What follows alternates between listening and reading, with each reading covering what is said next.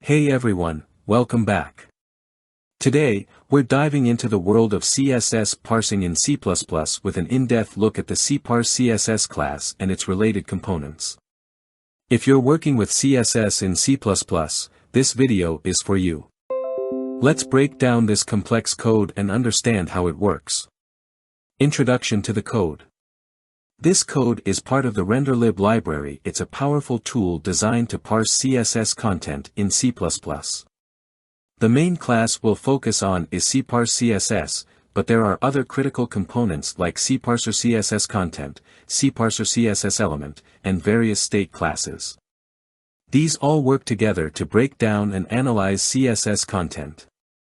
Header guards and includes. The first thing you'll notice is the header guard. Hashtag if_and_def _h.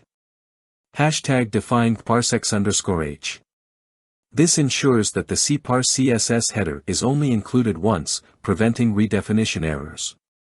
We also include string and vector, which are essential for handling CSS content as strings and lists. Data structures. The code defines several structures to store CSS data. Type data holds a CSS selector, name, and value. CSS declaration adds start and end positions for names and values, which is crucial for accurately parsing and manipulating CSS. CSS item stores a selector and its associated declarations. CSS item element combines the original CSS string with parsed information in CSS item. These structures are the building blocks for storing and working with CSS data in a structured way. The CParseCSS class. The CParseCSS class is where the magic happens. Its main job is to parse a string of CSS and break it down into its components. Constructor initializes the object. Parse. This function takes a CSS string and processes it into a list of CSS item element objects. It calls createCSSParts to split the CSS into individual components and create CSS details to extract detailed information from each part. getData returns the parsed data in a typeless data format, which is a vector of type data. Creating CSS parts.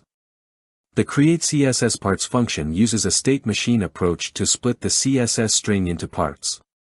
It utilizes callback functions to handle different characters in the CSS, such as, and regular characters. The result is a list of CSS parts ready for further processing. Creating CSS details. createCSS details digs deeper into each CSS part. It again uses a state machine pattern to parse the string character by character, identifying selectors, property names, and values. This detailed information is stored in the CSS item structure. State machine classes. The code employs state machines to manage different stages of parsing. CParseCSS content and CParseCSS element handle the overall CSS content and individual elements, respectively. These classes transition between states like _, character, etc., based on the characters they encounter.